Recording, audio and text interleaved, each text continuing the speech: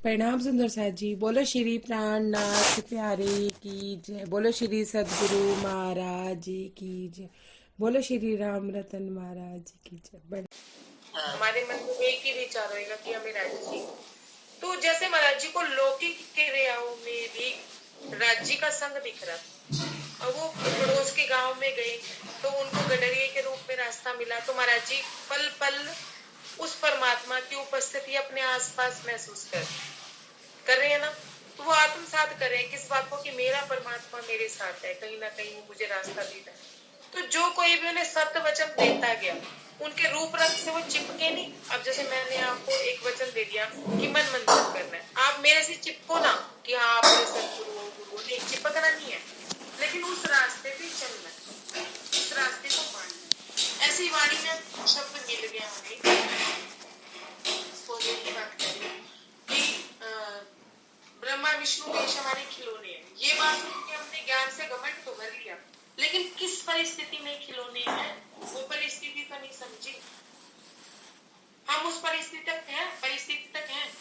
फिर हम अगर हमारे बड़े महाराज जी की भी तक पढ़े, लालदास महाराज जी की भी तक पढ़े, तो जैसे जैसे वो लोगों ने चलना किया वैसे वैसे जब हम चलना शुरू करेंगे तो एक एक शब्द हमारे अंदर बैठता जाएगा। तो वो मेरा हमारा होगा आत्ममंथन।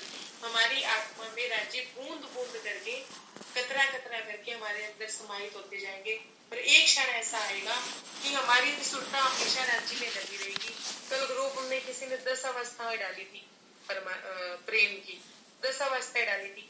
तो वो अवस्थाएं पार नहीं करनी पड़ी, पढ़ ली, देख ली, वाहवाही कर ली, पर वो हृदय में कितनी उतरी नहीं, क्योंकि मन अभी डामाडोल है। मन खुश हो गया, बस हाँ हो गया ना, थोड़ी देर आनंदित होली। क्या विचरण किया, क्या विचार किया कि वो अवस्था आएगी कैसे। क्या महाराज जी सुमरन नहीं कर रहे? जब उनको घबराहट हुई तो उन्होंने सुमरन किया।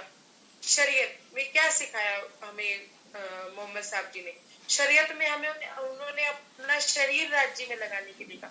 सेवा पूजा कर रहे हैं, हम रोज कर रहे हैं, लेकिन आवजी वाला बोले, आवजी वाला हमारे घेर, कौन से घेर में बुला रहे?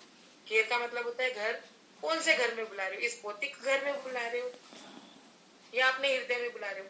अपने हृदय में बुला रहे हो। हृदय में विराजमान कहाँ करोगे जहाँ इतना इतना कचरा भरा पड़ा है, ईर्ष्या द्वेष, इतने रिश्तेदार भरे पड़े हैं, एक जरा सा कोना भी खाली नहीं। अरे कोई कोना तो खाली करके उसमें झाड़ू लगाओ, रोज झाड़ू लगाओ अपने मन में। इतने इतने लोग कर क्या लात मारो, निकालो। गलत भाषा यूज कर रही हूँ। इतने इतने लोग भर रखे हैं, निकालो मन से। निकल ही नहीं रहे। क्यों?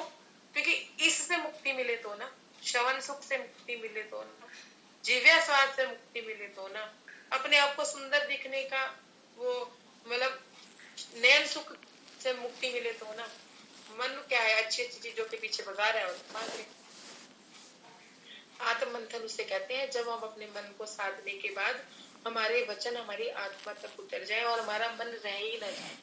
हमारा मन हमारे जीव के साथ सत कर्म में सत मन जागृत हो जाए और हमारा जीव राज्य के लिए कर्म करे, राज्य के लिए हर बात में राज्य को ही देखे, तो वो हमारा बाद में वो आत्ममंथन हो जाता है। जब हमारा जीव हमारी आत्मा से मिलेगा, जीव पहले मन और जीव एक होंगे। देखिए पहले मन मंथन होगा, फिर मन जीव के साथ मिलेगा तो हमारा जीव उस राह पे कार्य करेगा। क्योंकि हम जो हमारे मन में आता है ना, हम वही करते हैं। मन के हारे हार है, मन के चित्ते कि हमारा मन अगर गलत बात सोच रहा है तो हमारा जीव भी वही कर्म करता है, तो गलत कर्म हो गए उसके जीव के। जब मन मंथन हो जाएगा, मन मंथन से जीव एक हो जाएंगे, मन और जीव एक हो जाएंगे, तो हम राज्य के लिए लगेंगे। और जब जीव एक होगा, सत्कर्म करेगा, तो उससे आत्मा की मतलब हमारी पर आत्म की नजर की खुशबू आनी शुरू होगी। जब उसे जीव को खुशबू आनी शुरू होगी तो वो विरह करना शुरू कर देगा। जब विरह करना शुरू करेगा तो उसे जब उस विरह में स्वाद आने लगेगा, तो वाणी में बोला है शिव जी ने कि मैं अपने जीव को भी ये स्वाद क्यों न दूं। जब जीव को स्वाद आने लगेगा तो जीव और आत्मा एक हो जाएगी। फिर जो आत्मा है, जीव क्या हो गया? एक स्थान हो गया जिसमें आत्मा ने प्रवेश कर लिया। पहले मन क्या एक स्थान है जिसमें जीव ने प्रवेश कर लिया, जीव और मन एक हो गए। फिर आत्मा और जीव एक हो गए, भी अब मान लो जीव एक जगह है, एक पार्क है समझो, कि आत्मा तो उसमें आके बैठी है, अब परमात्मा का इंतजार कर रही है। कैसे कि जीव विरह कर रहे हैं कि राजी आप कर मिलोगे, राजी बस मुझसे आपसे कोई बात करे तो मेरे बस आप ही के बारे में बात हो, जब मैं सोचूं तो आपका ही विचरण हो, माया ना मेरे आसपास आए। माया है भी तो है नहीं, मुझे क्या लेना है, क्या होगा ज्यादा से ज्यादा, हम मर जाएंगे, वो तो है, लिखी है ना। क्या होगा ज्यादा से ज्यादा, हमें खाना नहीं मिलेगा, लेकिन हमें अपने हमारा मन इतना बर्बाद दिया, हमें खाना भी चाहिए, हमें कपड़े भी चाहिए, हमें सुंदर गहने लत्ते भी चाहिए, हमें अपने सगे संबंधी भी चाहिए। अभी तो मन में यही परिस्थिति चल रही है। जब जीव पे आत्मा आके बैठ जाएगी तो वो आत्मा अपने परमात्मा से मिलने के लिए राह पकड़ेगी, आंसू बहाएगी, विरह करेगी, बात भी उसी की करेगी। तो उस जगह पे जब परमात्मा आएंगे तो आत्मा और परमात्मा का मिलन उस जीव पे हो जाएगा। तो जब ये ब्रह्मांड खत्म होगा तो एक तो वो जीव शुद्ध हो गया, उस जीव की शुद्धि हो गई कि आत्मा और परमात्मा का मिलन उस जीव से हो गया। तो वो जीव अशुद्ध थोड़ी ना रहा, वो तो शुद्धता हो गई ना उसमें। तो जब ब्रह्मांड अखंड होगा तो वो जीव भी अखंड होगा। और अगर फिर वो जीव विचरण कर रहा है, हम तो अपने परमात्मा से जब हमारी मृत्यु हुई, हमने जीते जी राज्य को पा लिया, हमारी आत्मा ने परमात्मा को पा लिया, तो हमारी सुरता कहाँ जाएगी, पन्ना जी में। जीव कहाँ जाएगा, 14 लोक में, 14 लोक में विचरण करेगा। तो वो एक अच्छे जीव की तरह किसी और प्रेम सृष्टि पे जाके बैठेगा। जिस किसी और अंगना की, मान लो किसी का शुद्ध जीव चला गया, हम पन्ना जी में जाते हैं, हम क्यों शरद पूर्णिमा के दिन पूरी रात विचरण करते हैं, क्यों? क्योंकि जितने भी जीव होते हैं, जितने शुद्ध जीव होते हैं, जो परमहंस नीचे बैठे हैं, उनके जो जीव है, अगर वो बाहर आके किसी जीव से टकरा जाते हैं, मेरे बड़ों ने मुझे की बात समझाई, किसी जीव से टकरा जाते हैं या हमसे टकरा गए तो हमारा जीव भी शुद्ध हो जाता है। ऐसा उन्होंने मुझे बताया था, मेरे अनुभव में नहीं आया, लेकिन मुझे उनकी बात थोड़ी अच्छी लगी। तो मान लो उस जीव ने दोबारा जन्म लिया, अब किसी और की परम धाम की कोई सुनता है तो वो उसके ऊपर बैठेगी। मतलब जीव को चुना जाता है। जब मन मंथन के बाद जीव सत्कर्म में लग जाता है, तब परात्मा आके उसके ऊपर बैठती है। आप ये मत सोचिए कि जब पैदा हो जाते हैं तभी हमारे ऊपर ब्रह्म शक्ति है। झंडू दत्त जी अभी अपने आप को झंडू दत्त कह रहे हैं, महाराज जी, बड़े महाराज जी अभी आप अपने आप को झंडू दत्त कह रहे हैं, रतन भाई नहीं कह रहे। क्यों? क्योंकि अभी उनके मन में साधता नहीं है उनके, पर उनका कर्म क्या है, उनका जीव कर्म क्या कर रहा है कि उन्हें राखी को, उन्हें परमात्मा चाहिए। हमारा जीव क्या कर्म कर रहा है, हमें माया चाहिए, हमें राज्य नहीं चाहिए, हमें राज्य भी चाहिए, हमें माया चाहिए। आई होप आपके प्रश्न का उत्तर हो गया है। जीव एक ऐसा स्थान बन जाएगा जहाँ पे आत्मा और परमात्मा का मिलन होगा और ये शरीर पीछे छूट जाएगा और हमारा सूक्ष्म रूप कहते हैं ना, सूक्ष्म रूप से ही हम राज्य से सूक्ष्म रूप में ही मिलेंगे, हमारी स्थूलता राज्य के पास जाएगी, हम उनके दर्शन कर पाएंगे। आई होप मैं आपको अपनी बात समझा पाई। अगर नहीं समझा पाई हूँ, किसी का कोई प्रश्न है इस बारे में, तो हो सकता है और ज्यादा क्लियरिटी हो जाए। तो आप कोई प्रश्न पूछना चाहें तो सकते हैं, नहीं तो मुझे इजाजत दीजिए, जैसे आपकी इच्छा। कोई प्रश्न पूछना चाहता है इस बारे में तो पूछ सकता है। प्रणाम जी। यात्रा करते करते बेचारे उनको समाधि दिलवाकर कल आए हैं हम साहब, महाराज जी कहते हैं कि उसने कहा कि वो परलोक की यात्रा पे चल रही है। महाराज जी तो एक वृक्ष के नीचे बाहर ही बैठ गए जगह पे, तो वो भी उन्हीं के आसपास ही थे, कोई ज्यादा दूरी पे नहीं थे।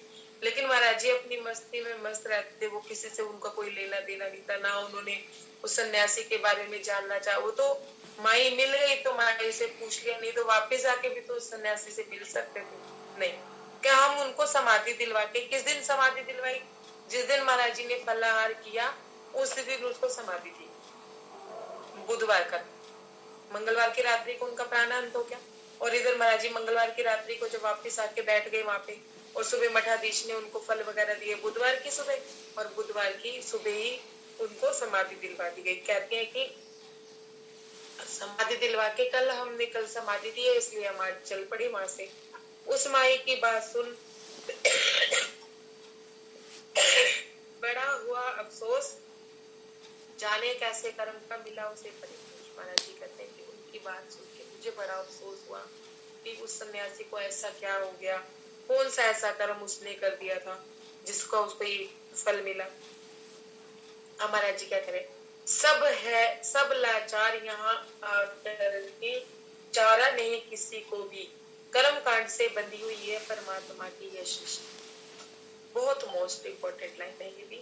महाराज जी क्या कहते हैं कि सब लाचार है यहाँ पे, इस जगह पे आके सारे लाचार हो जाते हैं। किसी के पास कितना भी धन हो, कितनी भी जायदाद हो, कितना भी बड़ा वो पोस्ट पे बैठा हो, कितना भी कुछ उसने किया हो, कोई पुण्य किया हो, कोई पाप किया हो, चाहे कोई कर्म भी किया हो, उस हिसाब से उसको वो भुगतना ही पड़ता है। मृत्यु उसकी निश्चित है। कर्म कांड से बनी हुई है परमात्मा की यह सृष्टि। महाराज जी कहते हैं कि कर्म कांड से बनी हुई है ये सारी सृष्टि, जैसा कर्म करोगे वैसा ही फिर। प्रणाम जी। अब अगर आप दोबारा इस समय देखा हमको, देख हमारी हालत कुछ, आश्चर्य हुआ साधु जन को। कौन भेष के साधु हो तुम, प्रश्न किया हमसे कुछ ने। हम साधु नहीं है बाबा जी, उत्तर दिया उन्हें हमने। बदकिस्मत से ब्राह्मण ही है और कुछ नहीं है, धक्के खाते फिरते हैं भाई अद्भुत लीला में उसकी। गुरु नहीं कर पाया अब तक, कर्महीन निकले इतने। विचर नंबर 7 पेज नंबर 72। विचर रहे हैं उदंड इसी से, बंधे नहीं है खोटे से। बड़े प्रसन्न हुए साधु सब, सत्य बात सुनकर अपनी। लगे हमारी तारीफें करने सब साधु सन्यासी। मठाधीश भगवान दास जी मठ से बाहर को आए। बात पूछते फिरे सभी को, सबके बाद यहाँ आए। जहां धरा था अपना पिंजर, विपट सहारा था जिसका। पेट पिचक रह गया कमर से, जैसे दम निकला इसका। मोह बन गया घोंसला साई, केवल आने जाने को। श्वास पक्षी आता जाता बस, बना न जैसे खाने को। उठ तो हम सकते ही नहीं थे, लटके थे धागे तन पर। पूर्ण दिगंबर बने पड़े थे, था दारिद्र हमारे पर। आकर सन्मुख हुए खड़े वे, देखा हमें आंख भर के। बड़े गौर से देखा दाग कर, उस प्रकार बोले हमसे, चलो ब्रह्मचारी मंदिर बालाजी का दर्शन करना। सद्भावों को पाकर हमने गुरु शुरू किया पीछे चलना। साथ चल दिए, इधर तक रखो। प्रणाम जी। कर दो, पेज पूरा कर दो हम। सद्भावों को पाकर हमने शुरू किया पीछे चलना। साथ चल दिए जब भी हम अंदर पहुंच गए जिस वक्त।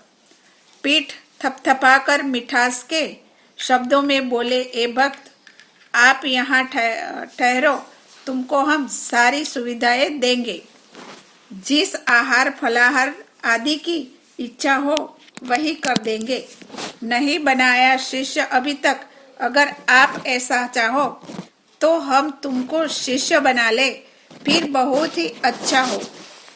इस प्रकार आग्रह कर उनने के उत्तर दिया, अहो महाराज, कृपा आपकी इतनी ही काफी जितनी की है आज। आप हमारी बात पूछ ली, क्या इतना काफी है? शिष्य योग्य हम नहीं आपके, इसी की तो बस माफी है। भार सहन यह न हो पाएगा, संचालन में असमर्थ। प्रणाम जी। प्रणाम जी। अब रिकॉर्डिंग शुरू कर दो। गंगा नदी के तट पर जब महाराज जी ने अपना स्थान ग्रहण किया एक शिला को देख के, और वहां वो बैठ गए अपनी गठरी की तरह, जैसे वो हमेशा बैठे रहते। तो वहां पे उनको वो रात्रि थी, मंगलवार की रात्रि, जिस रात्रि के लिए वो सन्यासी ने उनको धमकी दी। महाराज जी कहते हैं कि अर्ध रात्रि में एक सन्यासी मेरे पास आए और उन्होंने मुझे वहां से चले जाने के लिए बोला, और मुझे 3 आश्रय बताए कि पहले तुम इतनी जल्दी मतलब सब कुछ चाहते हो, समय आने पे ही सब मिलता है, इस रास्ते भी समय सब सब्र सबूरी रखनी पड़ती है। तो महाराज जी कहते हैं मुझे अपने कर्तव्य का ध्यान आया। क्या कर्तव्य है? कि मेरे शरीर से तो मैं अपने सदगुरु से मिलूंगा, अगर मेरा शरीर ही समाप्त हो जाएगा तो मैं किस सदगुरु से मिलूंगा और कैसे मिलूंगा? तो सुंदर साथ जी महाराज जी हमें इस बात में ये समझाना चाहते हैं कि जो हमारी शरीर रूपी ये गाड़ी है, ये परमात्मा से मिलन का एक रास्ता है। ये स्वस्थ होगा तभी हम चित्तवनी कर पाएंगे, ये स्वस्थ होगा तभी हम कहीं आना जाना कर पाएंगे। सुंदर साथ जी एक बार बोला था कि जब हम परमात्मा के दरवाजे पे जाते हैं या हम किसी भी धार्मिक स्थल पे जाते हैं,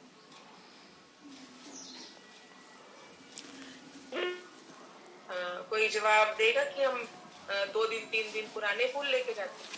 नहीं, नहीं जाते।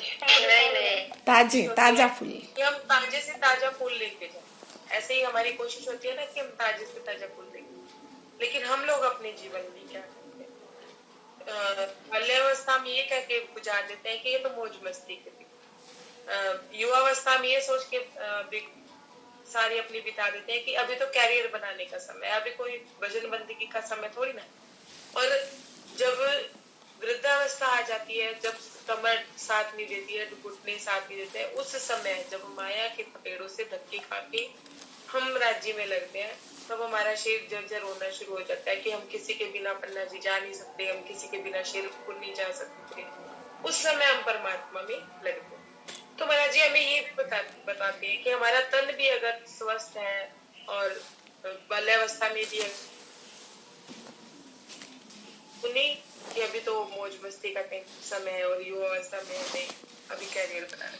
अगर मन में टीस हो किसी बालक के, तो कोई सुन रहा हो तो उसके मन में टीस है कि मुझे राज्य चाहिए, तो उसे राज्य में लग जाना चाहिए। ये नहीं सोचना चाहिए कि अभी ये समय कुछ भी नहीं होता, हर समय ही राज्य के लिए ही होता है। अब महाराज जी इस समय 19 वर्ष की आयु में देखा जाए तो कोई आयु नहीं।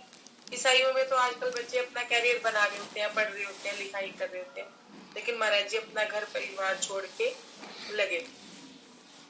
अब महाराज जी क्या कहते हैं कि मैं उस जगह पे बैठा था, तो वो जगह पे आके उन्होंने मुझे जगाया, मुझे मेरा कर्तव्य याद दिलाया, मुझे भी अपना कर्तव्य समझ आया। तो वो मठाधीश से जो फल लाए थे वो फल मैंने थोड़े से ग्रहण किए, और मैंने महाराज जी कहते कि मैंने उस महात्मा से क्या बोला, सन्यासी से क्या बोला कि चलो मैं रात एक काट लेता हूँ, सुबह में निकल जाऊंगा। लेकिन सुंदर साहब वो सन्यासी सब जानते, वो अंदर का मतलब अंदर से जिसकी आराधना महाराज जी कर रहे थे,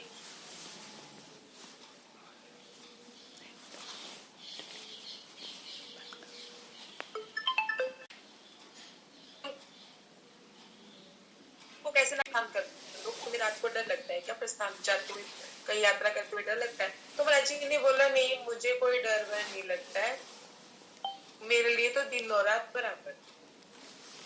फिर महाराज जी क्या कहते हैं कि मैं उसी रात्रि वो पाप नाशनी नदी के किनारे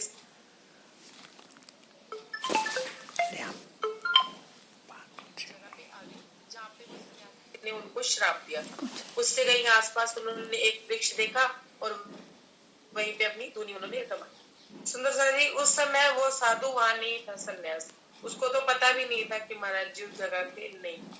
अब महाराज जी को के ऊपर उसने कुछ किया था, उस स्थान पे कुछ किया था, तो महाराज जी को क्या हुआ कि अंदर से घबराहट शुरू हो। ऐसी घबराहट जो उन्होंने बचपन से लेके अब तक कभी महसूस ही नहीं, एक अजीब तरह की घबराहट। तो महाराज जी कहते हैं उस घबराहट में भी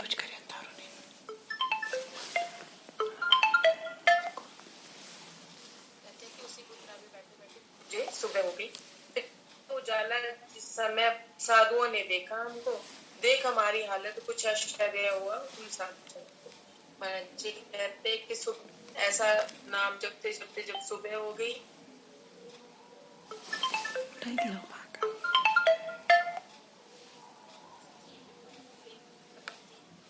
बस मेरा अंतिम समय ही उन लोगों के हिसाब से चल रहा था, क्योंकि शरीर में तो कुछ था ही नहीं। तो ऐसे मुझे देख के उनको आश्चर्य हुआ कि ऐसा कैसा ब्राह्मण है जिसने अपने शरीर को भी जर्जर कर रखा और वस्त्रों से भी वो वस्त्री थे। कौन भेष के साधु हो तुम, प्रश्न किया हमसे कुछ नहीं, हम साधु नहीं है बाबा जी, उत्तर दिया उन्हें हमने। महाराज जी कहते हैं कि उन्होंने हमसे पूछा कि आप कौन से प्रथा के साधु हो, कौन से धर्म के साधु हो जो आप इस अवस्था में हो और आपने वस्त्र भी नहीं ओढ़ रखे हैं। तो महाराज जी ने क्या बोला कि मैं कोई साधु वाधु नहीं हूँ, मैं एक ब्राह्मण जाति का हूँ, मतलब मेरा शरीर ब्राह्मण का है,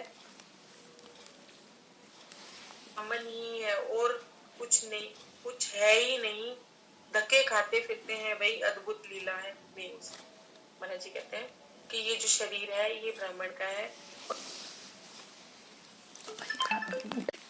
बदकिस्मत है क्योंकि हमें अभी तक गुरु नहीं मिले, हम निर्गुरु, हम हमारे पास गुरु नहीं है, हमें कोई राह दिखाने वाला नहीं है, हमारा कोई राहगीर। और हम किस्मत की किसी को समझते हैं कि जिसके पास धन नहीं है, जिसके पास पोता नहीं है, जिसके पास बेटा नहीं है, वो हम उन्हें बदनसीब समझते हैं कि इसके पास तो बेटा ही नहीं है, ये कितनी बदनसीब। हम अपने आप को भी समझते हैं और लोग भी हमें यही देखते कि कितनी गरीब है, कितनी दरिद्र है, बच्चे इसको पूछते नहीं है, तो ये बदनसीब है। इस तरह की बात महाराज जी क्या कहते हैं, बदनसीबी, असल मत बदनसीबी जीवन में वो है जिसे अभी तक गुरु ही नहीं, जिसने अभी तक गुरु धारण ही नहीं किया। सुंदर साथ जी इस 7वीं लहर में महाराज जी ने सारी पहचान करा दी गुरुओं की, सत्य की, मन की। अब आगे आगे देखिए महाराज जी क्या बता रहे हैं। विचर रहे उदगंड इसी से, बंधे नहीं है बुड्ढे से बड़। महाराज जी कहते हैं कि विचर रहे हैं उदगंड इसी से, मतलब महाराज जी कह रहे हैं कि मैं इधर भाग रहा हूँ, उधर भाग रहा हूँ, कभी मैं जगन्नाथपुरी जा रहा हूँ, कभी मैं बालाजी जा रहा हूँ, कभी मैं तिरुपति जा रहा हूँ, पता नहीं मैं कर क्या रहा हूँ। मतलब एक उदगंड है, मेरे पैर में टिकाव नहीं है, मेरे पैर के पंजे में टिकाव नहीं है। क्यों नहीं है? क्योंकि मैं अभी तक एक खूंटे से नहीं बना, एक सदगुरु से नहीं। अगर एक सदगुरु से मैं बंध जाता तो मैं उसी के इशारे पे ही चलता ना, उनके कहने पे तो मैं उस मार्ग पे चलता। उदगंड है अभी, हमें सतगुरु मिले नहीं है, निर्गुणे हम है, इसलिए हम बदनसीब। महाराज जी अपनी बात इस तरह से कहते हैं कि सत्य बोलते हैं, सत उनके अंदर है और सत्य कहना पसंद करते हैं। तो क्या कहते हैं आगे, हर कोई सत्य सुन के खुश नहीं होता। सुंदर साथ जी बोल के देखिए, सत सिर पे डंडे कितने पड़ते हैं, लेकिन सत्य ही सत्य को समझ सकता है। जो सत्य के साथ होंगे वही सत्य की बात को समझ सकते हैं। आगे क्या कहते हैं महाराज जी, बड़े प्रसन्न साधु सब सत्य बात सुनकर अपनी लगे हमारी तारीफी करने, सब साधु सन्यासी। महाराज जी कहते हैं कि साधु जन जितने भी थे वो बहुत खुश हुए। उनकी जो परिस्थिति उसको देख के तो पहले वो आश्चर्यचकित हो रहे थे कि उनकी क्या कंडीशन है, लेकिन जब उन्होंने हमारे मुंह से ये ऐसी बात सुनी, सत्यता की बात सुनी, तो वो हमारी तारीफें कर सब साथ। मठाधीश भगवान दास जी मठ के से बाहर वो आए, कोई बात यहाँ आए। महाराज जी कहते हैं कि वो मठाधीश था, जो उस मठ का अधिकारी था, मतलब वो मठ को चला रहा था, भगवान दास जी, वो बाहर आए अपनी कमरे से, मतलब अपने मठ से बाहर आए और सभी साधुओं से पूछते फिर रहे हैं कि यहाँ इतना शोर क्यों हो रहा है, इतना शोर, क्योंकि महाराज जी के आसपास सब साधुजनों ने एक घेरा सा बना लिया था और महाराज जी की व्यथा को पूछ रहे थे कि आप इस व्यथा में क्यों है, आपकी ये कंडीशन क्यों है, आप कौन जाति के ब्राह्मण है या आप कौन सा धर्म मानते हैं, ये सारी बातें पूछने लगे थे। तो शोर होने लगा था, तो महाराज जी ने एक ही बात बोली कि मैं निर्गुण हूँ। तो इस तरह मठाधीश भगवान दास उन साधुओं से पूछते पूछते उस जगह पे आ गए और उस जगह पे आके खड़े हो गए जहां धरा था अपना पिंजर, विपिट सहारा था जिसका, पेट पिचक कर रह गया कमर से जैसे एक जैसे दम निकला इसका। महाराज जी कहते हैं कि वो भगवान दास जी उन घेरे के बीच में से निकल के मेरे सामने आके खड़े हो गए, जहाँ पे मेरा अपने शरीर को पिंजर है कि उन्होंने पिंजर बना लिया, हड्डियां उनकी दिखने लगी, बस एक मांस का तो लोथड़ा दिखता ही नहीं था, हड्डियां ही हड्डियां, जैसे हम कहते हैं ना हड्डियां ही हड्डियां दिख रही है, मतलब इस तरह की उनकी हालत थी। पेट पिचक गया था, कबर और पेट में अंतर नहीं था, जैसे कि मेरा शरीर ऐसा था कि अभी दम निकला और अभी दम निकला। साधु जन भी ये सोच रहे होंगे कहीं ये अभी मरी ना जाए या कुछ इस तरह की बात, कि मेरा दम निकलने को था, ऐसा ही लग रहा था। मुंह क्या बन गया था, एक घोंसले की तरह बन गया, घोंसला केवल आने जाने को, केवल आने जाने को कह रहे, घोंसला सा बन गया था, केवल किसके आने जाने, पक्षी थोड़ी ना आ रहे थे उनके मुंह के। वो क्या कह रहे, श्वास पक्षी आता जाता था, बस बना ना जैसे खाने, महाराज जी क्या कह रहे हैं, मेरे श्वास सिर्फ आते जाते थे, जैसे एक पक्षी होता है ना घोंसले में सिर्फ आता जाता है, लेकिन वो अपने खाने का सामान उसमें नहीं रख सकता। तो महाराज जी कहते हैं अपने श्वास के लिए कहते हैं कि उसके लिए कुछ था नहीं, सिर्फ श्वास आ रहे थे और जा रहे थे, मतलब मेरे अंदर शरीर में खाने पीने का कुछ नहीं। उठ तो हम सकते नहीं थे, लटके थे धागे तन पर, पूर्व दिगंबर बने पड़े थे, था दरिद्र हमारे पर। महाराज जी का कहते हैं उठ नहीं सकता ना, मेरी इतनी हालत हो गई थी बैठे बैठे। क्यों? देखो देखिए सुंदरता जी, रात को तो महाराज जी चल के आए थे, उन्होंने वो पहाड़ी पार करके आए थे, फिर ऐसा क्या हुआ जो महाराज जी उठ ही नहीं पा रहे? महाराज जी के साथ क्या घटना हुई कि महाराज जी के ऊपर जो उस महात्मा ने, साधु महात्मा ने जो कुछ किया था, उसकी वजह से उनके अंदर घबराहट हुई। उस घबराहट ने उनका शरीर अंदर से और खोखला कर दिया। जैसे कोई बीमारी लग जाती है ना, तो फिर शरीर खोखला हो जाता है। तो महाराज जी कहते हैं कि उठ नहीं पा रहा था मैं, मेरे से उठा जा ही नहीं रहा था। अंदर से जो घबराहट के जो क्षण उन्होंने झेले थे, जो उनकी तबीयत खराब हुई थी, उससे तो उनको ऐसा लग रहा था कि अब वो उठ ही नहीं पाएंगे। और दिगंबर से पड़े हुए कोई था ही नहीं। वे अपने आप को दरिद्र भी कह रहे हैं। आकर सन्मुख खड़े हुए वो देखा हमने आंख भर के, बड़े गौर से देख दाख के इस प्रकार हम बोले हमसे। महाराज जी कहते हैं कि मेरे सामने आके खड़े हो गए और उन्होंने मुझे एक नजर ऊपर से नीचे तक आंख भर के देखा और बड़े गौर से देख के फिर वो हमसे क्या बोले, चलो ब्रह्मचारी मंदिर, बालाजी का दर्शन करना है। पर दर्शन करना सद्भावों को पाकर हमने शुरू किया पीछे चलना। महाराज जी कहते हैं कि वो ब्रह्मचारी क्या बोले कि चलो मैं अपने बालाजी के दर्शन करते हैं। और उनके इतने प्रेम भरे स्नेह भरे शब्दों को पाके हमारे शरीर में भी कुछ थोड़ा सा चलने फिरने की थोड़ी सी लालसा सी जगी। तो हमने उनके प्रेम भरे शब्दों को स्वीकार किया और हम उनके पीछे पीछे चल पड़े। सुंदर सा जी ये भाव बात सुनी मैं अभी थोड़ी देर में बताती हूँ। जैसे माया के भी इसमें आ रहे हैं, तो वो भी मैं आपको अभी थोड़ी देर में, ये पूरा हो जाए प्रकरण, नहीं तो फिर इसका स्वाद तो क्या कहते हैं, सद्भावों को पाकर हमने शुरू किया पीछे चल। साथ चल दिए जबी हम अंदर पहुंच गए जिस पर, पीठ थप थपाकर मिठास के शब्दों से बोले महाराज जी कहते हैं कि वो मुझे हाथ पकड़ के ले गए, मैं उनके पीछे पीछे चल पड़ा और शब्दों में बोले ए भक्त, मेरी पीठ थपा के वो मीठे शब्दों से बोले ए भक्त, यहाँ ठहरो, तुमको हम सारी सुविधाएं देंगे, जिस आहार पलार आदि की इच्छा हो वही कर देंगे। महाराज जी कहते हैं कि उसने मेरे आगे एक ऑफर रखी। क्या ऑफर रखी? कि तुम यहाँ ठहरो, सारी सुख सुविधाएं मैं तुम्हारी कर दूंगा, तुम्हें जो आहार फलाहार जो भी तुम्हें खाने पीने की इच्छा होगी वो मैं तुम्हें दे दिया करूंगा। नहीं बनाया शिष्य अभी तक, अगर आप ऐसा चाहो हम तुमको शिष्य बना लेंगे, फिर बहुत ही अच्छा हो। महाराज जी ने ये बात तो सुन ली थी, वो मठाधीश ने ये बात तो सुन ही ली थी कि महाराज जी क्या कह रहे थे कि हम एक कुर्ते से नहीं बंधे, हमें अभी तक कोई गुरु नहीं मिले। यही बात सुनते सुनते तो वो महाराज जी के पास गए और महाराज जी के सामने महाराज जी को क्या कहते हैं कि हमने भी अभी तक किसी को शिष्य नहीं बना, हमने भी अभी तक किसी को कुछ मतलब ज्ञान नहीं दिया, ना मैंने किसी को अपना वारिस बनाया। अगर तुम चाहो तो तुम मेरे शिष्य बन जाओ, फिर बहुत ही अच्छा होगा कि हम दोनों एक दूसरे से बंध जाएंगे। इस तरह की बात वो कहते हैं। तो हम तुमको शिष्य बना लें, फिर बहुत अच्छा हो, इस प्रकार का आग्रह कर उनके उत्तर दिया। ओ महाराज, महाराज जी कहते हैं कि उन्होंने मेरे आगे ये क्या कहते हैं आग्रह रखा कि मैं उनका शिष्य बन जाऊं और वो मेरे गुरु बन जाए। लेकिन मैंने उनसे क्या कहा, बात सुनिएगा ध्यान से जरा। कृपा आपकी इतनी ही काफी जितनी की आज है, आप हमारी बात पूछ ली, क्या इतना ही ना काफी है? महाराज जी कहते हैं कि ये तो आपकी इतनी कृपा है कि आपने मेरी बात सुनी, आपने मेरी बात को समझा। कैसे, क्यों कहा उन्होंने ऐसा? कि वो पीछे इतने सारे साधु संत थे, उन्होंने भी उनकी बात सुनी थी और उनकी क्या कहते हैं वाहवाही कर रहे थे, उनकी तारीफ। लेकिन महाराज जी क्या कह रहे हैं कि मैं आप इस बात का बहुत बड़ा आभारी हूँ कि आपने मेरी बात भी सुनी और मेरी बात पे विचार भी किया। मेरे लिए तो इतना ही काफी है कि आप मेरे से दोबारा इस बारे में बात करें।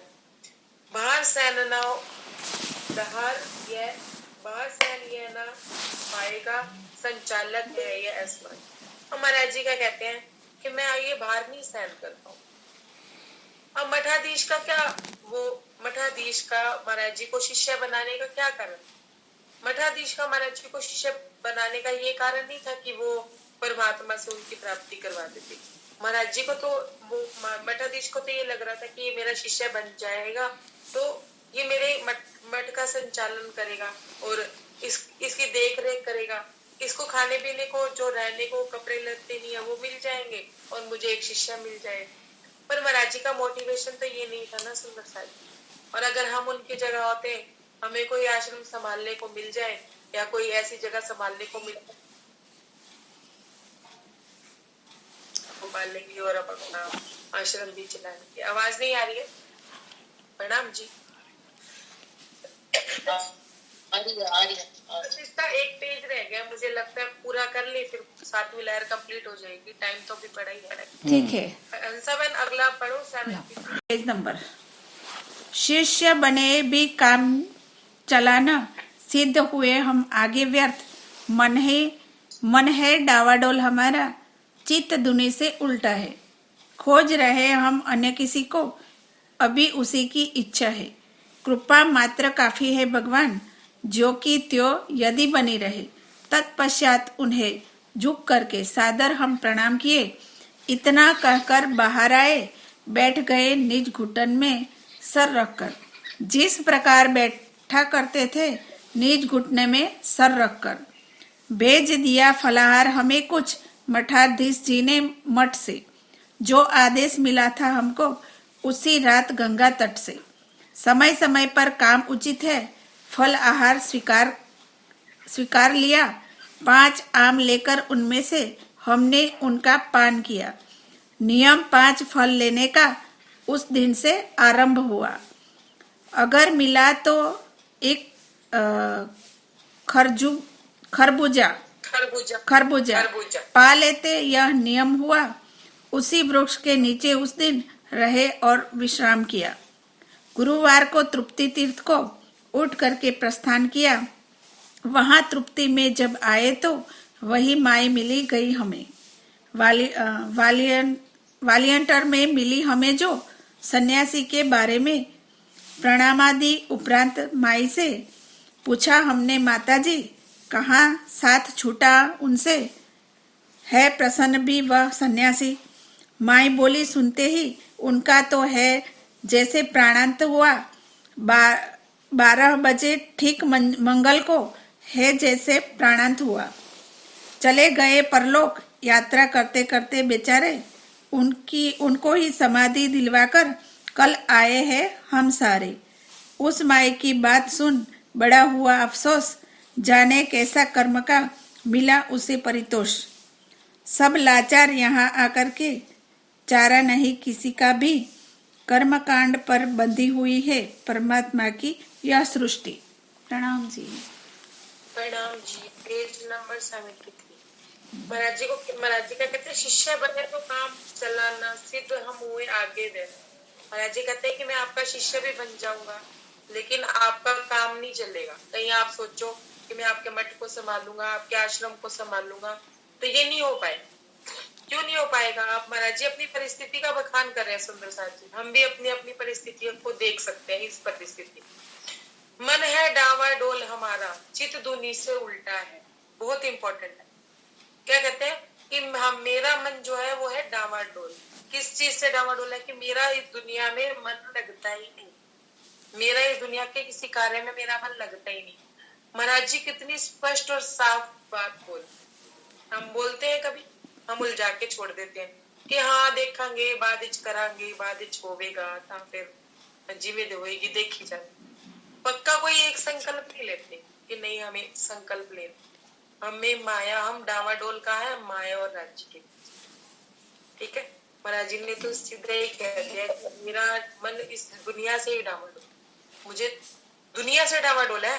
ध्यान से सुनिए कि वो कह रहे हैं मेरा मन दुनिया से डावाडोल है लेकिन चाहिए उन्हें एक परमात्मा ही। वहां डावाडोल नहीं है वो, वहां उन्हें राज्य ही चाहिए। अब क्या कह रहे हैं खोज रहे हैं हम अन्य किसी को, अभी उसी की इच्छा है, कृपा मात्र काफी है भगवान, जो की त्यों बनी यदि बनी रहे। महाराज जी कहते हैं कि मेरी खोज किसी अन्य व्यक्ति को ढूंढने की है, मैं उन्हीं को ही ढूंढना चाहता हूँ। मेरी तो बस इतनी ही कृपा है कि परमात्मा की कृपा मेरे पास जो की तो बनी रही, जैसे वो मुझे रास्ता दिखाते चले आ रहे हैं, कभी किसी के स्वरूप में, कभी किसी के स्वरूप में, बस वो मुझे दिखाते हैं। सुंदर सा जी, मंगलवार की रात्रि बीत चुकी है, बुधवार का दिन चल, ध्यान से सुनिएगा, समझिएगा, ये प्रसंग समझने वाला। फिर क्या कहते हैं, तत्पश्चात उन्हें सिर झुका करके सादर हम प्रणाम किए, इतना कहकर बाहर आगे बैठ गए, निज घुटनों में सदर गए। महाराज जी कहते हैं कि मैंने तत्पश्चात उनको झुक के प्रणाम की, सादर प्रणाम किया, और इतना कहकर कि नहीं, मेरा दुनिया से मन डामाडोल है, मैं आपका मठ नहीं संभाल सकता, नहीं मैं आपका शिष्य बन सकता, और नहीं मैं आपकी उम्मीदों पे खरा उतर सकता। ये कह के महाराज जी कहते हैं कि मैं बाहर आ गया, और मैं अपने घुटनों में सर रख के, निज घुटनों जैसे वो हमेशा रखते थे उस प्रकार वो बैठ, जिस प्रकार बैठा करते थे, घुटने में सर रखकर, भेज दिया फलाहार हमें कुछ मठाधीश ने मठ से। महाराज जी कहते हैं कि मठाधीश ने कुछ फल मेरे लिए भेज दिए।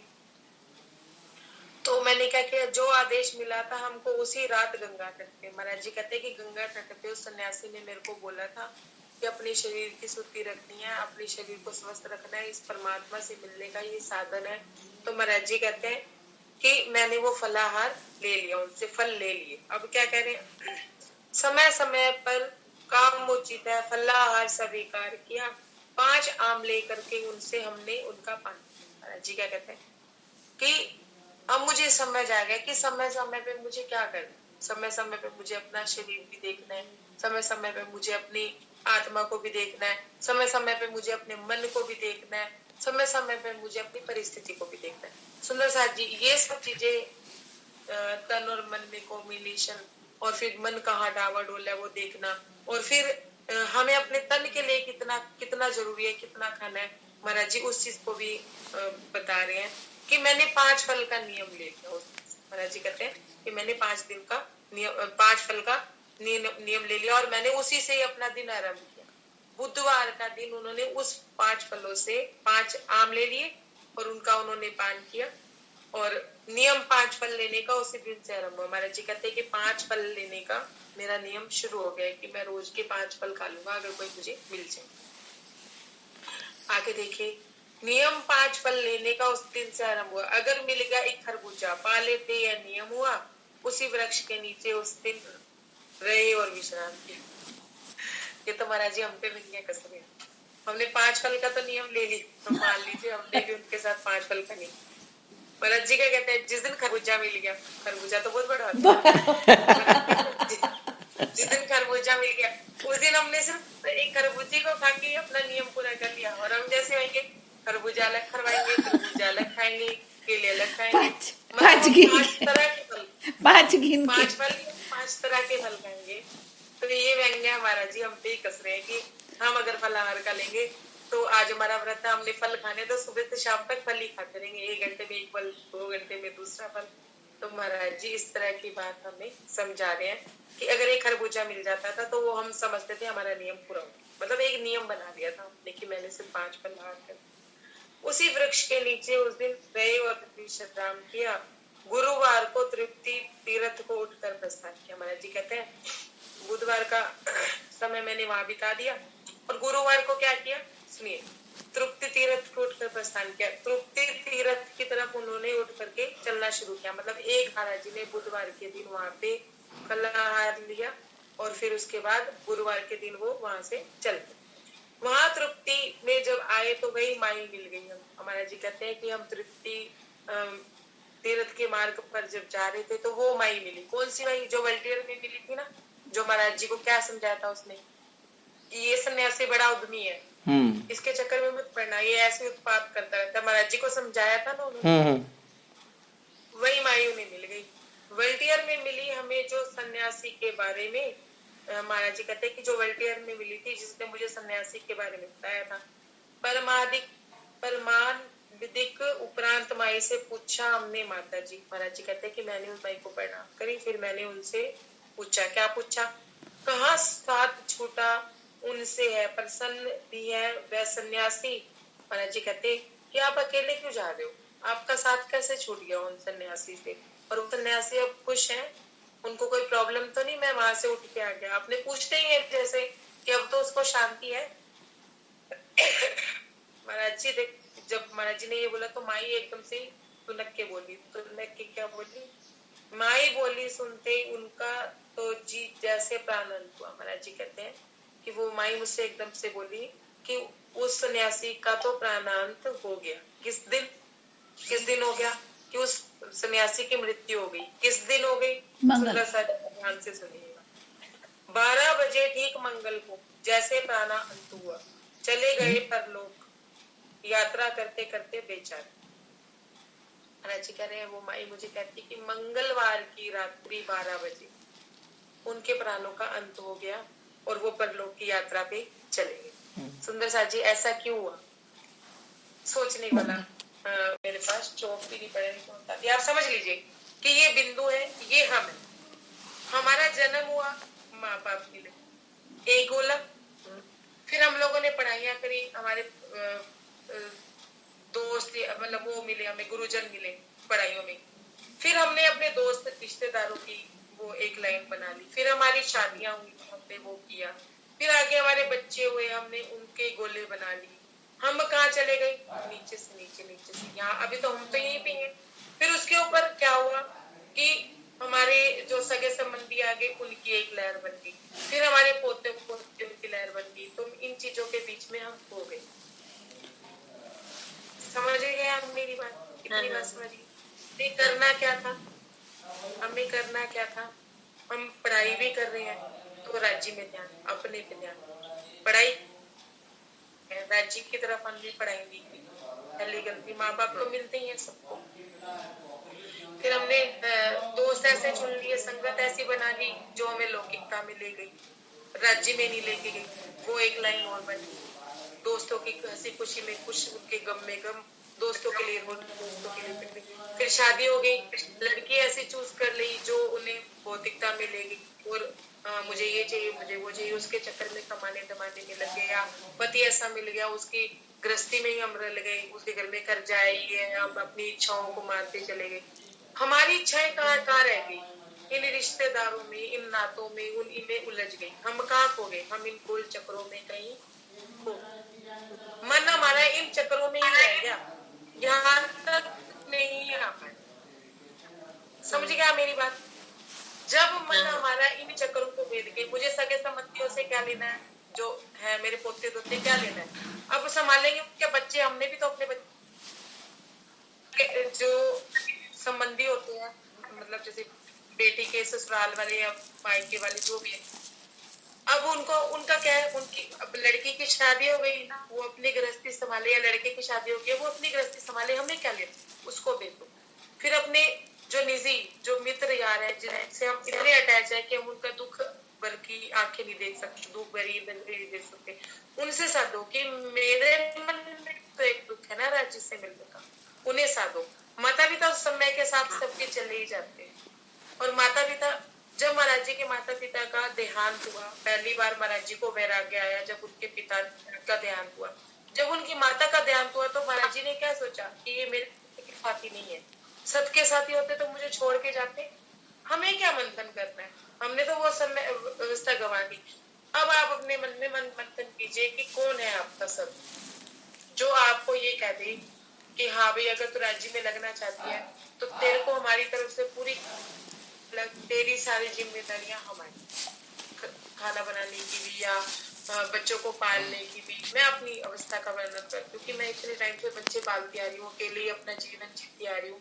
तो आज मैं सोचती हूँ कि मेरा सगा संबंधी कौन है, कितने लोग हमारी जिंदगी में आए और कितने लोग अपना स्वार्थ पूरा करके हमारे से चले गए, और कितने लोग हम हमारा स्वार्थ, हमसे स्वार्थ पूरा कर रहे हैं। क्यों कर रहे हैं? क्योंकि हम भी स्वार्थी हैं। सुंदर सा, सामने वाला का स्वार्थ मत देखिए, अपना भी तो देखिए। हम क्यों जुड़े हैं? हम भी कहीं ना कहीं इसलिए जुड़े हैं क्योंकि हम भी स्वार्थ। एक बार के लिए अपना स्वार्थ हटा के उन लोगों का स्वार्थ पूरा ना होने दीजिए। फिर देखिए उनके रूप, जो आपसे प्रेम भरी बातें कर रहे हैं, जो आपसे लगाव रख रहे हैं, उनका रूप तो वो वही था, लेकिन हम भी स्वार्थ थे। अब राजी को तो बहुत आजमा लिया, माया को आजमाइए। मतलब हमें जो राजी रास्ता दिखा रहे हैं कि यहाँ से माया को आजमाना शुरू कीजिए। अगर हमारा मन मंथन इसे कहते हैं कि हमने ये देखा हमारा सत्य का साथी कौन है, या हमारे से कितने लोग स्वार्थ को जुड़े हैं, या कितना कुछ है। अब आपको पता है आप भी स्वार्थ से जुड़े हो और वो लोग भी आपसे स्वार्थ से जुड़े। जब स्वार्थ है तो मन कहाँ है?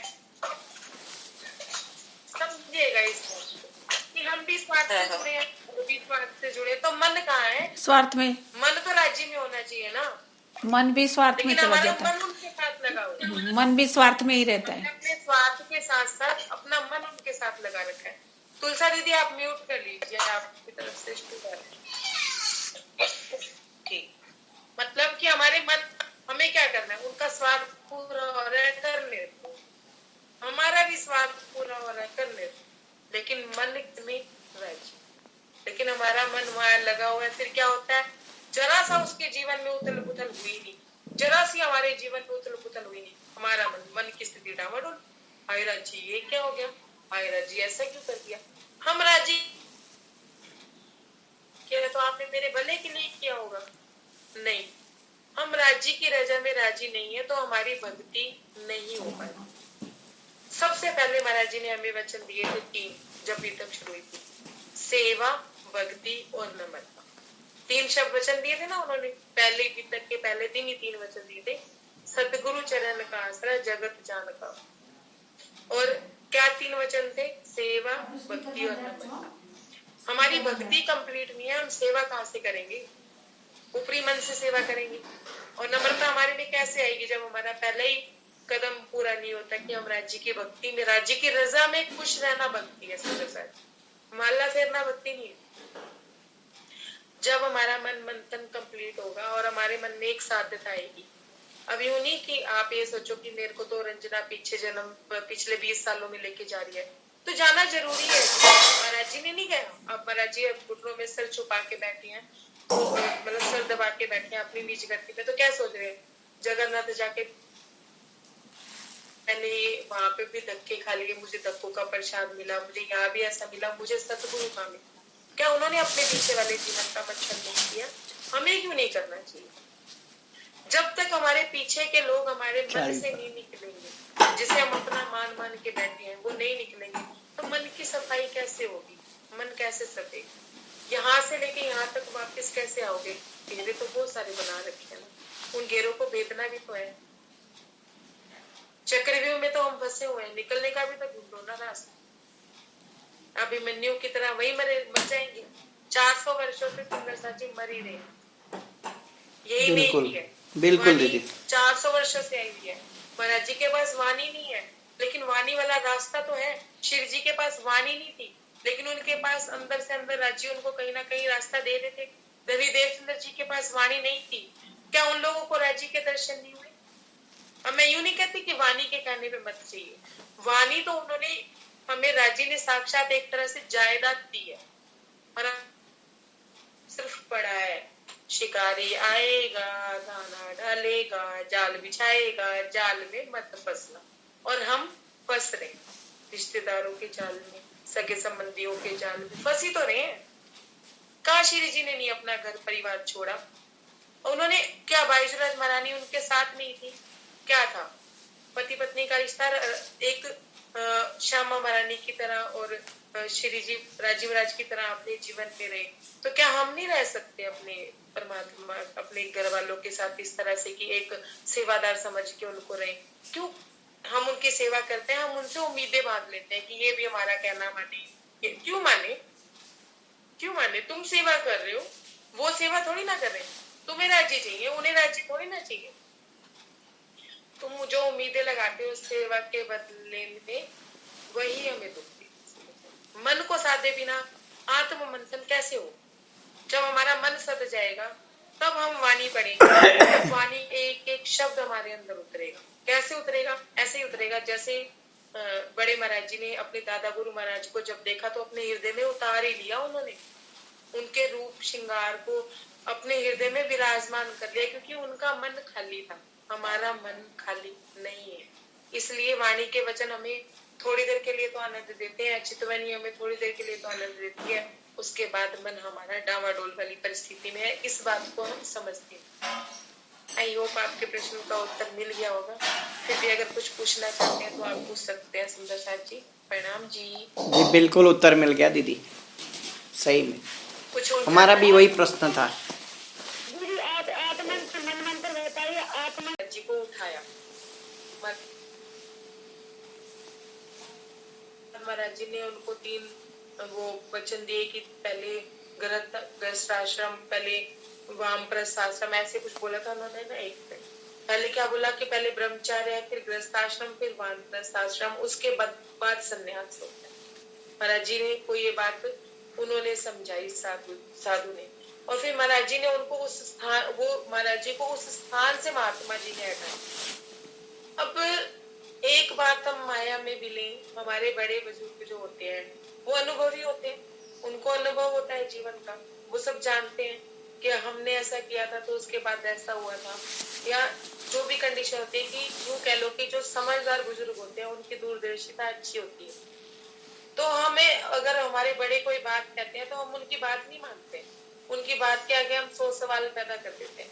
यहाँ पे महाराज जी शुरू से ही कोई वचन जो उनके दिल को लग जाता था, या कोई महात्मा या कोई साधु उन वचनों को दे देता था, तो वो उन वचनों को ग्रहण कर लेते। सुंदर सा जी महाराज जी ने समझाई, कहीं उनको वचन मिला कि 4 वचन मिले, माई के हाथ का खान पान नहीं करना है, साधु संतों में रहना है। महाराज जी ने वचन तो अपनाए ना, वो अनुभव के साथ अगर छूट गए वो बात एक अलग है, लेकिन अपने वचनों पे कायम रहे, चलते रहे। फिर शिव जी ने उनको बोला, दिव्य पुरुष ने बोला शिव जी को गुरु बना लो, तो उन्होंने उनको मतलब यूं कह लो कि समझवश उन्होंने ऐसे कह दिया कि कहाँ मिलेंगे ये शिव महाराज, कि महाराज जी इतनी बात को समझ नहीं पाए कि वो किसको गुरु बनाने की बात कर रहे हैं। बाद में जब तीसरी बार उन्हें दर्शन हुए इसी 7वीं लहर में, 2 दर्शन तो महाराज जी को इसी लहर में हुए, 7वीं लहर। तो जमात सहित जब शिव जी भगवान ने उनको दर्शन दिए, तो वो दिव्य पुरुष ने बोला कि 1 महीना तुम यहाँ रहो, कहीं ना कहीं साधु संत आपको मिलेगा। लेकिन फिर एक महात्मा उनके पास आए, सुंदर सा जी, समझने की बात, प्रण ले लिया था ना महाराज जी ने कि 1 महीना वो यही रुके। लेकिन फिर एक महात्मा आए, बार बार उन्हें तृप्ति बालाजी के बारे में बताते रहे, और उनका मन डामाडोल। ये समझने की बात है कि हम कोई संकल्प कर भी लेते हैं तो हमारा मन डामाडोल हो जाता है। हम कोई संकल्प कर ले, कुछ भी कर ले, तो मन की परिस्थिति ऐसी है कि डामाडोल होती है। लेकिन हमारी परिस्थिति मन की जो डामाडोल होती है वो ऐसे होती है, चलो राज्य तो बुढ़ापे च भी मिल जाएगी, कोई गल नहीं, बुढ़े होके कर लेंगे, हुण पहले बच्चों को देख ली, पहले बच्चों को पाल ली। मतलब इस तरह की हमारी डामाडोल वाली परिस्थिति होती है। ये परिस्थिति नहीं होती कि अगर हमें इस गुरु से, इस स्थान से, इस जगह से, इस वस्तु से कोई भी चीज ले सकते हो, हमें राज्य अगर नहीं मिल रहे हैं तो हम अपनी परिस्थिति बदल, अपनी स्थान बदल ले, अपना गुरु बदल ले। महाराज जी को कितने गुरु मिले, आप समझिए, वो पाठशाला से लेके, पाठशाला से महात्मा जी ने उनको एक वचन दिया कि तुम्हें ज्ञान नहीं लेना है, वहां से लेके कितने सन्यासी गुरु, कितने दिव्य पुरुष, ये मठाधीश भी अब इनको यहाँ मिले।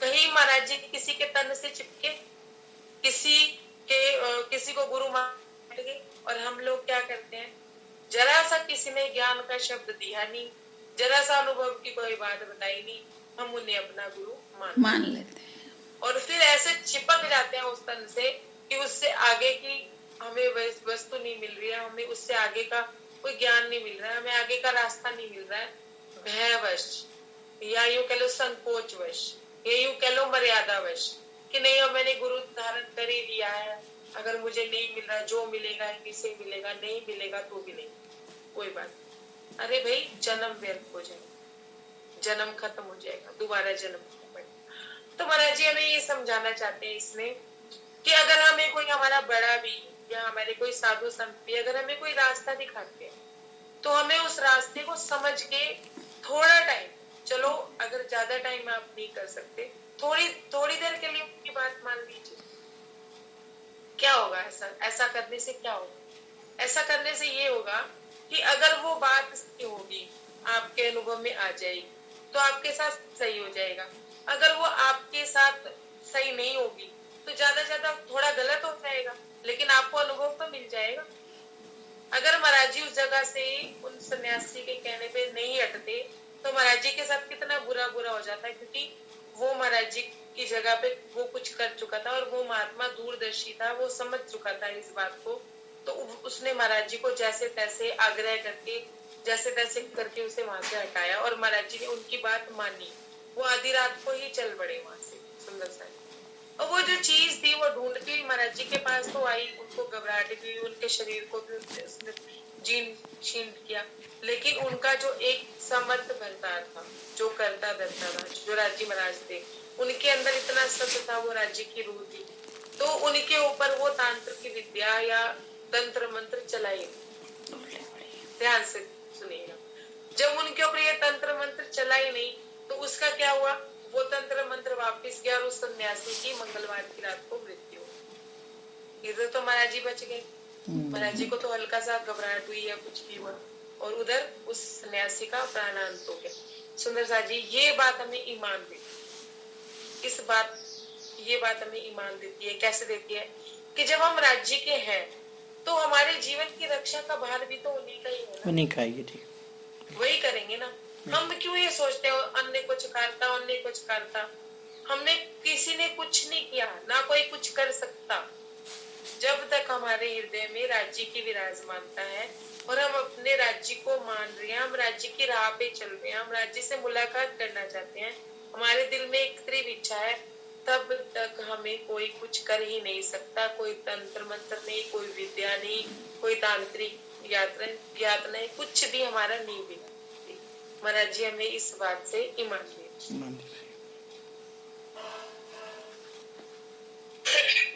महाराज जी जब चले गए वापिस और उस रात वहां एक पेड़ के नीचे जाके बैठ गए, तो सुबह जब साधु जितने सारे साधु महात्मा थे तो वो विचरण करते थे। जब उन्होंने देखा ये अस्थि पंजर सा कौन पड़ा, क्योंकि वो बिल्कुल ही ऐसे पंजर से हो गए थे, उन्होंने अपनी परिस्थिति का बखान किया। तो सब साधु उनसे पूछते हैं कि तुम कौन हो, तो महाराज जी ने ये नहीं कहा कि मैं साधु। साधु किसे कहते हैं, ध्यान से सुनिए, साधु किसे कहते हैं, जो अपने मन को साध लेता है, जिसने अपने मन को साध लिया। लेकिन महाराज जी ये कह रहे हैं ना कि मैं साधु नहीं हूँ।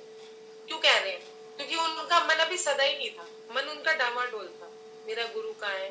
मन यूं डामाडोल नहीं था कि मुझे राज्य चाहिए या माया, नहीं। महाराज जी का मन डामाडोल यूं था कि वो अपने गुरु को ढूंढ रहे थे, कभी इधर विचरण कर रहे थे, कभी उधर विचरण कर रहे थे, जो जहां जैसे कहता महाराज जी उधर चल पड़ते। मतलब उनके पैर का पंजा और मन स्थिर नहीं थे, डामाडोल जैसी परिस्थिति। ध्यान से समझेगा इस, तो इसमें कोई प्रश्न आप पूछ सकते हैं कि ये परिस्थिति हमारी डामाडोल वाली कैसी है, कि हम डामाडोल कैसे। तो महाराज जी यूं डामाडोल थे कि उनको भी गुरु नहीं मिलते। अब साधु ने पूछा कि आप, साधु बाबा ने पूछा कि आप कौन से जाति के साधु हो। उन्होंने साफ स्पष्ट शब्दों में एक ही बात कही कि मैं साधु नहीं हूँ, मेरा तन ब्राह्मण का है, लेकिन मैं धक्के खाता फिरता हूँ। देखो धक्के खाते फिरते हैं भाई अद्भुत लीला में। उस महाराज जी क्या कह रहे हैं कि मैं धक्के खाते फिर रहा हूँ, किसकी लीला में, अद्भुत लीला उस परमात्मा की कि मुझे राज्य जी, मुझे मेरा सदगुरु चाहिए, मैं धक्के खाते फिरता हूँ। तो सुंदर सा जी क्या हम सत्य बोलते, किसी से छोड़िए, आप किसी से छोड़िए, अपने मन का मंथन करके देखिए क्या हम सच में अपने आप से सच बोलते कि हम क्यों धक्के खा रहे, या हमें किस चीज के धक्के पड़ रहे हैं, क्यों हम परेशान हो रहे हैं। हम अगर बार बार पन्ना जी जा रहे हैं या हम बार बार शेरपुर जी जा रहे हैं, कभी करनाल जा रहे हैं, कभी इधर, अपने शरीर को धक्के खिलवाते फिर रहे हैं, घुटरे तोड़वाते फिर रहे हैं, लेकिन एक्चुअल में हमें चाहिए क्या। कभी आत्म मंथन, ये मन मंथन हमने किया है, अपने आप से सच बोला है। कह के तो चलते हैं राज्य चाहिए, और आगे जाके माया की इतनी इतनी कामनाएं करके, माया इकट्ठी करके, कीचड़ से निकल के, कीचड़ भरे शरीर को लेके हम महाराज जी के पास, राज्य के पास जाते हैं, उनसे कीचड़ साफ करवाने की बजाय और कीचड़ लप लपा के वापस आ जाते हैं। कभी हमने आत्म मंथन किया। सुंदर सा जी प्लीज अपने कैमरे ऑन कीजिएगा कि मैं किसी को स्थिर देख के मेरे मुंह से शब्द निकले प्लीज। तो महाराज जी कहते हैं कि मैंने उनसे क्या कहा कि हम धक्के खाते थे, हम भी धक्के ही खाते फिरे संसार। जब तक हमें एक स्थिरता नहीं मिली, हमें एक रास्ता नहीं मिला। हम क्या ढूंढ रहे हैं? ज्ञान का रास्ता, विज्ञान का रास्ता, श्रवण सुख, नयन सुख, चरण सुख, मतलब दर्शन सुख, ये सब देख रहे हैं। क्या हमें गोमड़ जी में कभी हमने महाराज जी श्री जी के साक्षात दर्शन किए? नहीं। देख के ही हम खुश हैं। क्यों? क्योंकि भावना नहीं जगी ना। महाराज जी ने भी तो जगन्नाथपुरी में जब उनके रत्नों का वर्णन सुना तो महाराज जी ने क्या बोला? मुझे तो दर्शन नहीं हो रहे।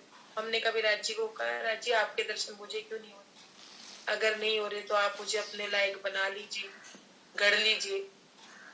अगर मैं आपके लायक नहीं हूँ या मेरे में इतनी पात्रता नहीं है कि मैं आपके दर्शन सहन कर सकूं, हमने कभी कहा महाराज जी से?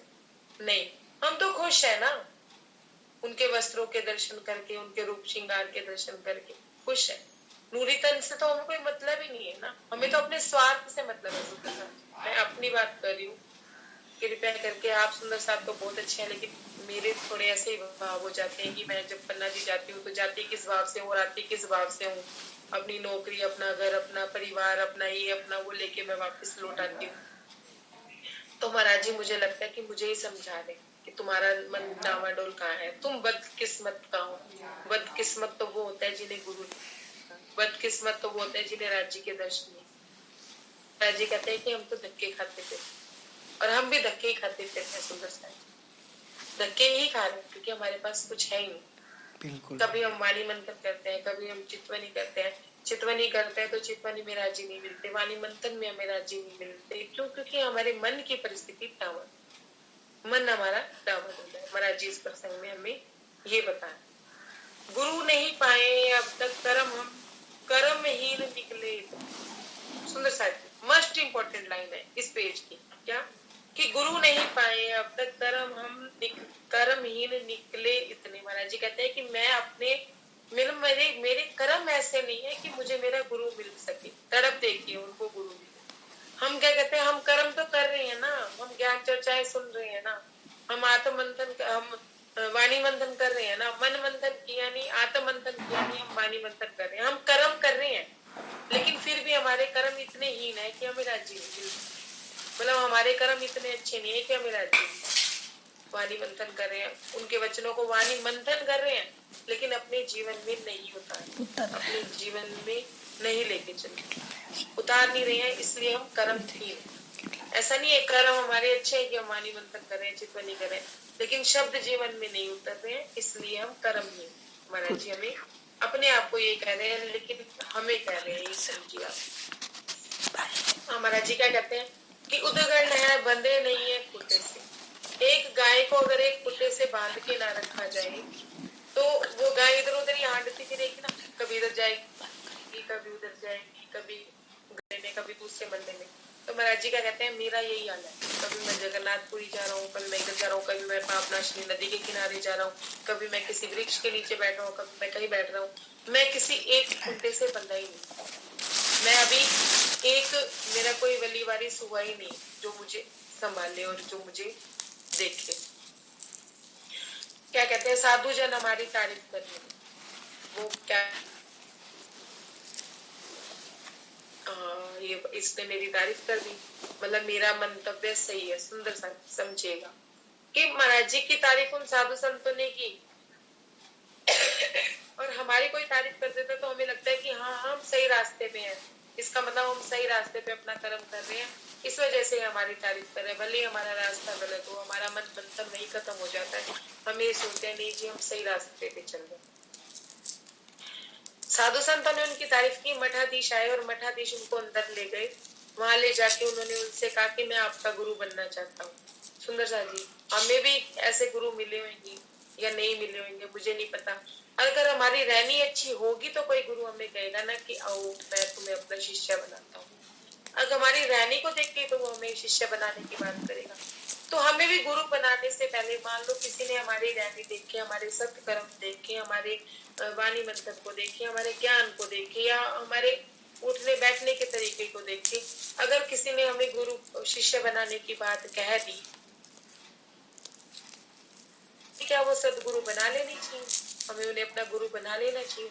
या महाराज जी हमें एक सीख देते हैं, नहीं, पहले क्या देखना चाहिए, वो मठाधीश ने क्यों अपना शिष्य स्वीकार करना चाहता था, कि वो ये जानता था कि अब उसकी उम्र हो चुकी है, अब इस मठ को कोई संभालने के लिए वारिस चाहिए, कि महाराज जी अगर उनके गुरु बनेंगे तो इनको तो खाने पीने की कपड़ों की लालसा ही नहीं है। ध्यान से सुनिए, अगर वो महाराज जी होते पेटू, महाराज जी होते अच्छे अच्छे वस्त्रधारी, और महाराज जी होते उनकी रहनी ऐसी ना होती कि उन्होंने अपने शरीर को भी परमात्मा के लिए अस्थि पंजर बना रखा होता, और खूब तगड़े तले पले मतलब खा के और स्वस्थ होते, तो वो मठाधीश उनको थोड़ी ना कहता कि आप मेरा शिष्य बनो।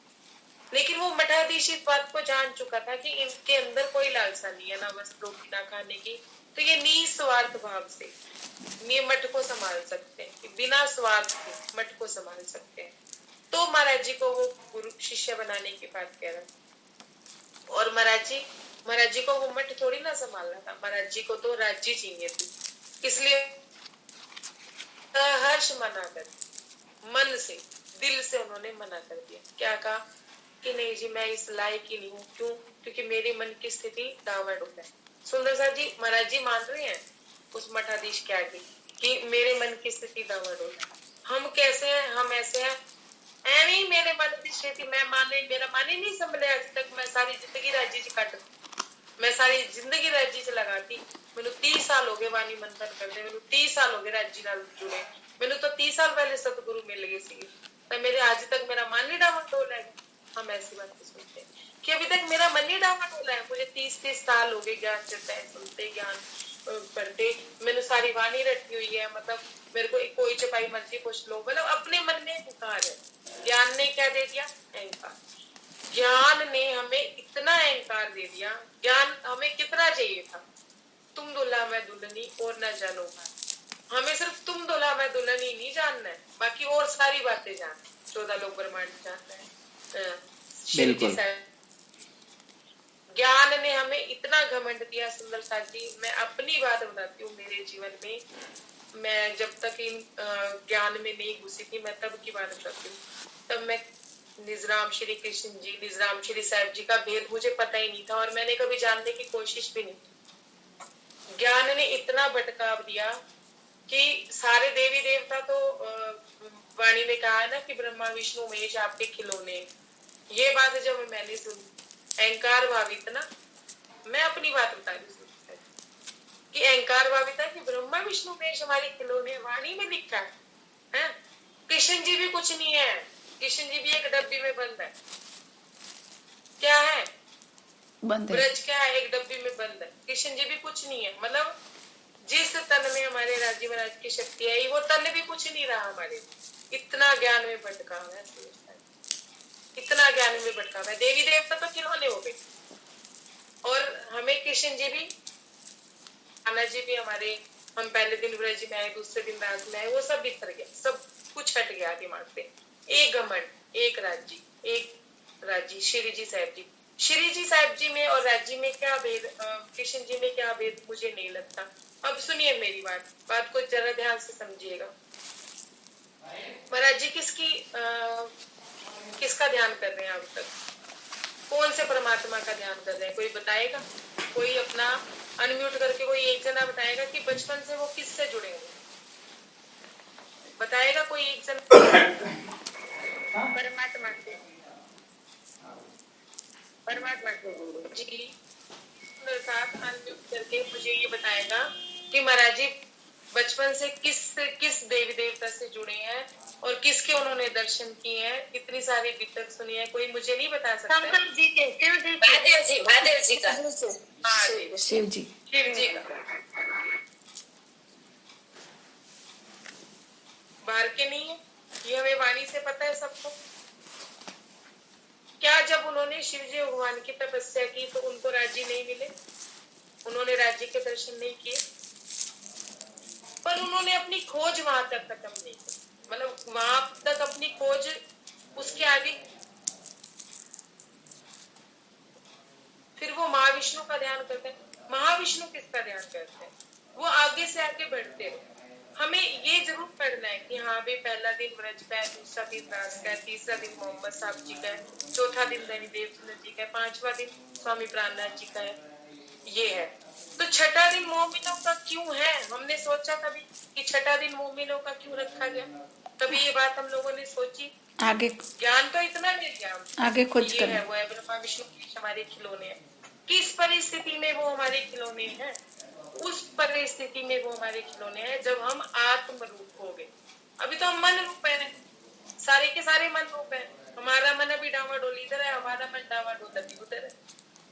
हम सारे मन रूप है। लेकिन वाणी में महाराज जी ने, श्री जी ने ऐसा क्यों लिखा कि छठा दिन मोमिनों का है? छठा दिन मोमिनों का मुझे जो महाराज जी ने समझाया वो मैं समझाती हूँ कि छठा दिन मोमिनों का महाराज जी ने इसलिए बोला कि राज्य के अंदर ही विराजमान, हमारे अंदर ही है, हमें ढूंढना है, अपने आप को आत्मसात करना है। लेकिन हम अपनी मन की व्यथा से ही डावाडोल है, मन से ही हम इतनी ज्यादा डावाडोल है कि हम अपना आत्म रूप तो क्या होंगे, अब हमारी मन की परिस्थितियां ही नहीं समझ। और ज्ञान ज्ञान से तो हम इतने अहंकारी हो चुके हैं कि 14 लोग के देवी देवता तो हमारे लिए खिलौने हैं, और कृष्ण जी भी हमारे लिए कुछ नहीं, मोहम्मद साहब भी। फिर कृष्ण जी हमारे लिए कुछ नहीं है तो मोहम्मद साहब भी हमारे लिए कुछ नहीं है, फिर तो दली देवचंद्र जी भी कुछ नहीं है, फिर तो श्री जी भी कुछ नहीं है, क्योंकि श्री जी तो इंद्रावती जी की बीते की तो है। उन्होंने उन्होंने ही तो अपना अनुभव सारा लिखा, जो उन्होंने देखा उनको वो लिखित में करते गए। परम धाम देखा, परम धाम का 25 पक्ष का वर्णन उन्होंने कर दिया। क्या श्री जी के साथ एक कंडीशन, उनका मन डावाडोल था? देखिए आप समझिए, जब उन्होंने धनी देवचंद्र जी को, तो उनका मन की स्थिति डावाडोल थी ना, उन्होंने अपने मन को सेट किया ना, पहले मन मंथन किया ना। हम क्या कर रहे हैं? वाणी मंथन, ज्ञान मंथन। हमें ज्ञान की उपलब्धि चाहिए। हमें ज्ञान क्यों चाहिए? सीधी सी बात और एक कड़वी बात, हमें ज्ञान क्यों चाहिए? हम ज्ञान से प्रभावित क्यों होते हैं? कि लोग हमें ज्ञानी समझे। हमें 4 लोगों के बीच में गुरु बनना है, गुरु बन के बैठना है, सदगुरु बन के बैठना है, हार पहनाने हैं, हार पहनने हैं, बस यही कर। बस हमें क्या चाहिए? साहेबी, ब्रह्मा विष्णु महेश को खिलौने बनाना है। जबकि देखा जाए तो अभी हम कुछ भी नहीं, हमें राज्य का एक नख तक भी हमें मिला नहीं है, हम राज्य का र भी नहीं जानते। क्यों नहीं जानते? क्योंकि हम राज्य की रजा में खुश ही नहीं है। माया में जरा सी परिस्थिति डावाडोल हुई और हमारी मन स्थिति इतनी डावाडोल हो जाती है कि हम अपने मन को स्थित नहीं रख सकते। तो इसका मतलब हम राज्य की रजा में खुश रहना शुरू करेंगे ना, तब हम राज्य का रजा है। सुंदरता जी, इसमें मैंने कुछ गलत शब्द कह दी हूँ तो मैं आपसे क्षमा मांगती हूँ, लेकिन महाराज जी ने मुझे जोश चढ़ा दिया तो मैंने ये बात आप लोगों से बोली। अब आगे महाराज जी क्या कहते हैं? मैंने उनसे प्रणाम किया और मैंने उनको अपनी परिस्थिति बता दी कि मेरा मन अभी डावाडोल है, मैं आपकी ये गुरुता मैं नहीं ले सकता। पहले शिव जी कह रहे हैं कि आप, पहले दिव्य पुरुष कह रहे हैं कि आप मेरी साहिबी ले लो, महाराज जी ने वाट टुकराई। शिव जी कह रहे हैं कि मुझे गुरु बना लो, महाराज जी ने वाट टुकराई। जमात सहित शिव जी भगवान के दर्शन हो गए, तब महाराज जी ने उनको गुरु नहीं माना। आगे मठाधीश उनको गुरु शिष्य बनाने की बात कर रहे हैं तो वहां उन्होंने ठुकराई। आप देखो, हम अपने जीवन में पीछे देखे, हमने किस की गुरुता ठुकराई? हमने तो हर उस व्यक्ति को गुरु मान लिया जिसने हमें जरा सा ज्ञान, हर उसके आगे हम चिपक गए, उसके तन से चिपक गए, उसके अंदर का कोई सत्य का राग नहीं। तो कितने लोगों ने सत्य का रास्ते पे रास्ता दिखाते रहे, क्या महाराज जी किसी के साथ चिपक के? हम तो किसी एक के साथ चिपक दिखाते, और फिर हम ढीठ इतने, मतलब अपने मन को इतना ढीठ करके रखा हुआ है मर्यादा वश या किसी भी वश कि नहीं मैंने गुरु धारण कर लिया, अब मैं गुरु नहीं बदलो। तुम मत बदलो ना, अगले जन्म की तैयारी करो, क्या दिक्कत है? जहाँ 400 वर्षों से जन्म ले रहे हैं, एक जन्म और सही, यही बात है ना। अब आगे क्या कहते हैं महाराज जी? कहते हैं कि मैंने 5 आहार का नियम, 5 फल का नियम लिया कि मैं रोज 5 फल खा लूंगा अगर मुझे जो मिल जाए। क्या जिस दिन खरबूजा मिल जाता तो मैं ये समझता था कि मेरे 5 फल पूरे, हमारी तरह नहीं कि हाँ भाई 5 फल फलाहार रखा है तो सुबह शाम फल खाते जा रहे हैं। महाराज जी ये बात बताए। फिर उसके बाद महाराज जी जब तिरुपति के तीर्थ पे गए तो उन्हें वो माई ने उनको बताया कि उन साधु का जो प्राणाहत हो गया,